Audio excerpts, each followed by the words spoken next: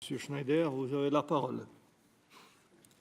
Merci, Monsieur le Président. Monsieur le Président, mes chers collègues, la Cour est incontestablement, comme vient de le dire le rapporteur, l'une des plus grandes réussites du Conseil de l'Europe et il est essentiel de préserver celle-ci à un moment crucial où l'Union européenne devrait adhérer à la Convention européenne des droits de l'homme et donc accroître encore le rôle de la Cour de Strasbourg.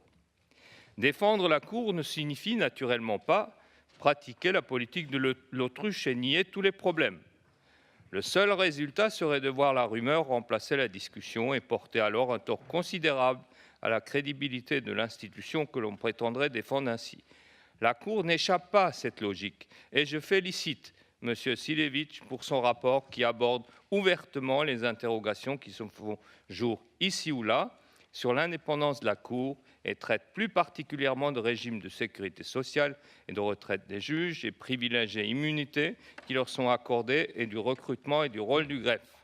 Sur le premier point, j'approuve les préconisations du rapporteur dès lors que l'indépendance des juges commence en effet au plan matériel. C'est encore plus vrai d'une juridiction internationale.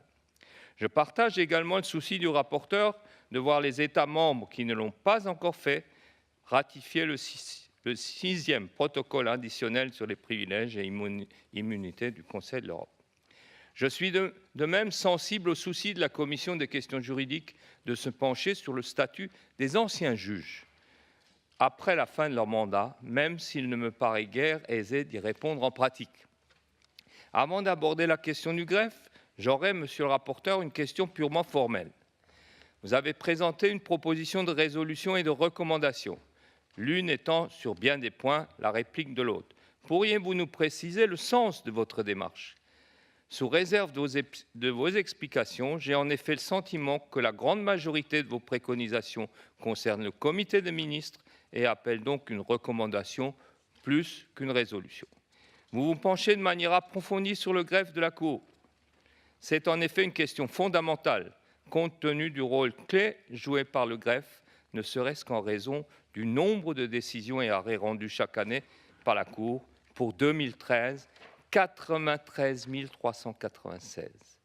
Dans de telles conditions, le rôle du greffe ne peut être qu'important, très important. L'essentiel ne me semble pas être d'engager un débat quelque peu théorique sur le rôle du greffe, mais plutôt de s'assurer de l'unité et de la cohérence d'une jurisprudence aussi dense et d'avoir un dialogue fructueux et constructif avec les juridictions nationales suprêmes. Il est aussi évident, et c'est l'objet du rapport, de s'assurer de l'indépendance du greffe. J'ai noté que le rapporteur délivre un satisfecit à la Cour pour sa sélection des juristes mis à sa disposition et je m'en réjouis. Pour autant, il convient naturellement de continuer à être vigilant. Enfin, et en me limitant au champ défini par le rapport, la Cour souffre à l'évidence des contraintes budgétaires très fortes du Conseil de l'Europe et de moyens infiniment plus faibles que ceux dont dispose la Cour de justice de l'Union européenne.